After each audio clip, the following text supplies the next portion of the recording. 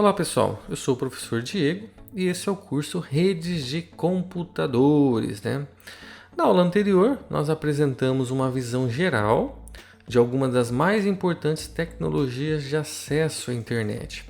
Ao descrevê-las, nós indicamos também os meios físicos utilizados por elas. Por exemplo, nós falamos, né, que o HFC, ou seja, aquele híbrido, né, de coaxial e fibra, ele usa uma combinação de cabo, né? Nós dissemos também que o DSL, né, e Ethernet utilizam fios de cobre. Dissemos também que redes de acesso móveis usam o espectro de rádio. Então, nessa aula, nós vamos dar uma visão geral desses e de outros meios de transmissão empregados da internet. Como exemplo, vamos dar uma olhada aqui nesse diagrama, né, dessa rede aqui. Então aqui você vai imaginar o seguinte: imagine que esse smartphone, né, ele tem aqui um pacote de dados, ou uma requisição para um site, qualquer coisa desse tipo, né? Ou ele quer ler o e-mail que está armazenado aqui nesse servidor, né? Então ele precisa enviar uma requisição para que o servidor possa devolver para ele esse serviço, né? Então você vai considerar que esse pacote, né, de dados saindo de um sistema final, no caso aqui o host é o smartphone, né, vai transitar por uma série de enlaces, né, de links de comunicação e roteadores, nós temos aqui nesse caminho, certo? Chegando até o outro sistema final. Então, esse pacote ele é transmitido, né, no nosso dia a dia, né, com os nossos dispositivos finais aqui, nossos sistemas finais, a gente faz isso aqui centenas de vezes. O bit, ao viajar da origem ao destino, ele passa por uma série de pares, transmissor-receptor, né? Então, nesse momento aqui eu tenho um transmissor no celular, que tem um receptor, esse roteador tem um receptor e depois ele atua aqui como transmissor. Então, esses pares transmissor-receptor nós vamos ter em todos esses dispositivos aqui que estão se comunicando, tá? Então, eles recebem, né? No caso aqui, esse pacote vai ser recebido por meio, né, de ondas eletromagnéticas, né? E em alguns momentos aqui nós temos a fibra óptica, por exemplo, né? Então aqui nós vamos utilizar pulsos ópticos, né, que se propagam aí utilizando esse meio físico, certo? E aqui nós temos, por exemplo, fios de cobre. Então olha que quanta coisa, né? Aqui eu vou utilizar espectro de rádio, né, da antena aqui na base, né, aqui na central de transmissão. Pode ser que ele utilize até um cabo coaxial, depois ele vai utilizar uma fibra e depois ele vai utilizar fios de cobre trançado. Vejam, né, como que se altera esse meio físico, né, entre que esse mesmo bit, esse mesmo pacote de dados vai ter que passar por diversos meios, né, que são distintos um do outro, mas que esse pacote não pode sofrer alteração, né? Ele tem que ser o mesmo de quando sai do celular até o momento que ele chega aqui no nosso servidor, né? Então a gente pode observar, né, que nós temos aqui muitos aspectos e formas possíveis, né? Então o que a gente conclui? Que o meio físico ele não precisa ser obrigatoriamente do mesmo tipo para cada par transmissor-receptor, né? Ao longo desse caminho você pode ter meio diferente, né? Então, o que aconteceria aqui? O que acontece com esse pacote? Nesse momento, foi transmitido, né? Transformou aqui em ondas eletromagnéticas e foi recebido por essa estação base. Nesse momento, ela converte esse pacote chega até o servidor. O servidor recebendo essa requisição, ele vai responder, né, com outro pacote, certo? Vai chegar aqui na antena, vai gerar essa onda eletromagnética e vai, né, ser recebido aqui pelo celular, certo? Então, assim, alguns exemplos de meios físicos nós temos é o par de fios de cobre trançado, nós temos aqui no nosso diagrama, cabo coaxial, cabo de fibra óptica multimodo, espectro de rádio terrestre e por satélite. Nós também podemos classificar, em duas categorias esses tipos de meio físico. Nós temos meios físicos que são guiados e meios não guiados. A gente vai ver alguns deles aí nos próximos slides, Nos meios guiados, essas ondas são dirigidas ao longo de um meio sólido, tal como um cabo fibra óptica, um par de fio de cobre trançado, ou um cabo coaxial. Nos meios não guiados, as ondas se propagam na atmosfera, no espaço, Então, como é o caso de uma lã sem fio Wi-Fi, ou de um canal digital por satélite, ou dessa antena aqui dessa estação base. Sob o par de fios de cobre trançado, aqui nós temos uma imagem ilustrativa, que nos dá uma ideia do que seria, Por quê? Par de fios. Então aqui um par, nós temos dois fios, Fios de cobre é o material que é utilizado. E por que trançado? Ele tem aqui esse formato de trança, Então aqui eu tenho, por exemplo, 4 pares de fios, que se diferem aí pela cor. Você vê que nós temos aqui algo para separar, para deixar distante esses cabos, Então você ganha, com a menor interferência eletromagnética, certo? Então os fios são trançados, por quê? Para reduzir a interferência elétrica, porque na realidade aqui está passando sinal, e sinal nada mais é do que algum nível de tensão, Então quando nós temos passando aqui um nível de tensão, mesmo sendo baixo, ele pode gerar interferência eletromagnética, e quando você trança, você reduz essa interferência que um fio causa no outro, por questões da física, O TP, geralmente, nós chamamos um cabo utilizado nas residências, e também nas empresas, é o cabo do tipo TP, que é o par trançado sem blindagem. É um cabo mais barato e é um cabo mais popular, para esse tipo de aplicação. Ele costuma ser usado em rede doméstica e também corporativa. As taxas de transmissão, seguem na faixa de 10 megabits por segundo até 10 gigabits por segundo. Então, dependendo, da tecnologia do cabo, você consegue altas taxas de transmissão. Então, dependendo da bitola do fio e da distância entre o transmissor e receptor, você consegue esse ganho de velocidade, Então, precisa lidar bem com essas variáveis. Tecnologias modernas, de par trançado, por exemplo, a categoria 6A, de tipo de fio. Então, quando nós falamos em categoria, vai chegar momentos mais à frente no nosso curso que a gente vai detalhar mais, cada um desses itens. Agora, nesse momento, é mais uma apresentação, Então, vocês vão ver que há diversas tecnologias, Então, tem cabos aí que vão ser mais baratos, outros cabos um pouco mais caros. Tem um cabo aqui que vou precisar lançar dentro de uma indústria, onde eu tenho máquinas pesadas, Ou seja, o risco de uma interferência eletromagnética é muito grande, Então eu preciso de um cabo aí com algum revestimento um pouco melhor, que tenha um certo tipo de blindagem no cabo, Então isso vai mudando de aplicação por aplicação, dependendo da necessidade aí que se faz esse tipo de cabo, Ou seja, qual tipo de cabo eu vou utilizar para cada necessidade.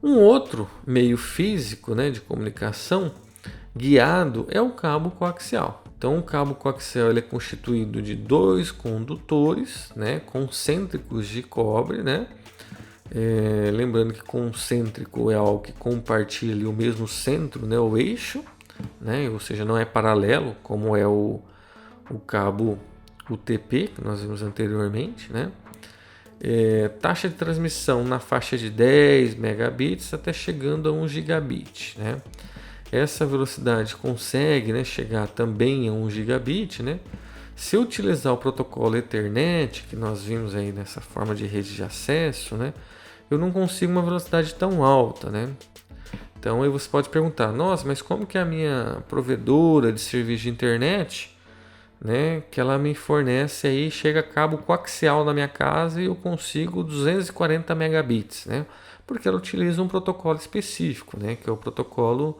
DOCSIS, né? Vai ter momentos no curso que nós vamos estudar aí os protocolos, mas, né, só para fazer um parênteses aqui, é o protocolo DOCSIS, né, que na versão 3 ele consegue chegar aí na casa, né, de algumas coisas, algumas velocidades aí em torno de 1 gigabit por segundo, né? Então, se você for ver, por exemplo, aqui no estado de São Paulo, nós temos aí a NET, né, atualmente comercializa aí velocidade de 240 megabits por segundo e ela entrega essa velocidade com o cabo coaxial, né? Então, uma velocidade alta, né? E utilizando esse tipo de meio físico aí para enviar os sinais, né? Então, os cabos coaxiais eles são muito comuns em sistemas de televisão a cabo, certo? Então, como já comentamos em aulas anteriores, os sistemas de televisão a cabo eles foram acoplados, né, com modems a cabo para oferecer aos usuários residenciais acesso à internet, né, a velocidade de dezenas de bits aí. E esse cabo coaxial ele pode ser utilizado como meio compartilhado. O que quer dizer isso, né? Ou seja, no mesmo cabo eu vou fazendo aí derivações, né? E novos clientes são adicionados a essa mesma conexão, né? Então, ou seja, todos eles recebem qualquer sinal que seja enviado pelos outros sistemas finais, né? Então, tem algumas políticas, né? Os dados, né, vão ser tratados aí com muita segurança, né? Um outro tipo de meio físico muito comum, muito popularizado já é a fibra óptica, né? No caso, né, ele é um meio fino e flexível, né? Não muito, né? Você tem ali um grau de curvatura que você consegue dobrar para não danificar esse núcleo aqui do cabo, né? Que é feito de vidro, né? E quando não é vidro é algum tipo, né, semelhante a isso, que conduz os pulsos de luz, né? Então, cada um deles representando aí um bit, né? Então, naquele momento nós estamos utilizando sinal elétrico, né, na comunicação, quando se fala em cabo coaxial, quando se fala em cabo UTP, por exemplo, de par trançado, né? Então, não só UTP, né, mas quando se fala em cabo de par trançado, e nesse caso aqui vai ser utilizado a luz para comunicação. Então, conforme, né, ocorre os pulsos de luz, né, ou acende e apaga, você aí transmite informações, tá? Nesse tipo de meio físico é possível se atingir taxas de transmissão elevadíssimas, né? E na faixa de dezenas a centenas de gigabits por segundo, né? Atualmente é alguma coisa em torno de 51,8 megabits até 39,8 gigabits, né, por segundo, mas isso daí eu estou dizendo comercialmente, né? Já tem estudos aí e materiais chegando no mercado que você consegue aí taxas até acima desses valores aqui. Uma das características é que são imunes a interferências eletromagnéticas, né? E tem baixíssima atenuação do sinal, ou seja, o sinal se mantém íntegro, né, por uma distância muito grande. Então nós temos alguma coisa aqui em torno de 100 km, né? E são difíceis de derivar em contrapartida, né? Conforme passa na fila você fazer ali algum tipo de emenda, né? Então não é algo simples, né? Então seria ali um contra da tecnologia, mas, né, com vários ganhos. É o meio preferido para transmissão guiada, né, de grande alcance. Então, por exemplo, quando se fala em lançamentos, né, de cabos submarinos, nós estamos falando em lançamento de cabo aí utilizando fibra, né? Então, ou seja, hoje em dia o backbone da internet, né, os grandes enlaces de comunicação que interligam, né, continentes, né, que interligam países, majoritariamente é utilizado o cabo de fibra óptica, né?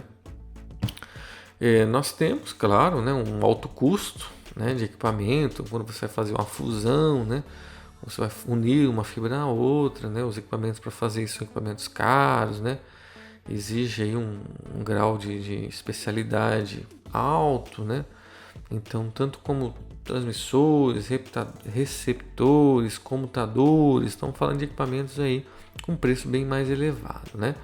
Então isso tem sido ainda um empecilho, né, para que a utilização né, seja feito aí nas residências, né? Então, pouco a pouco vai chegando, mas ainda exige um alto investimento, né? Por isso que ainda não é tão popular.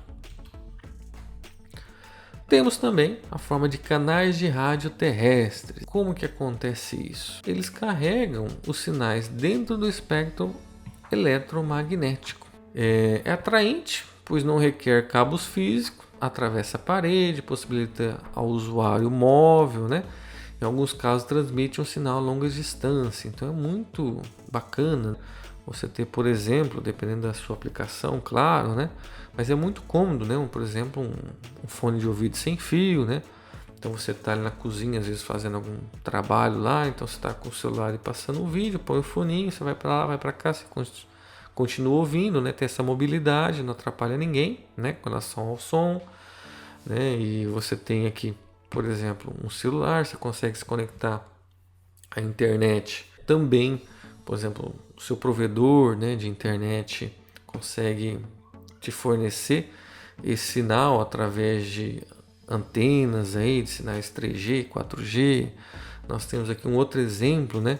Esse assistente virtual da Amazon, né? Também você se conecta no Wi-Fi da sua casa. Então são tudo canais de rádio terrestre. Então as características dependem muito da distância e ambiente de propagação. Então nós podemos classificar em 3 grupos. Então nós temos distância muito curta.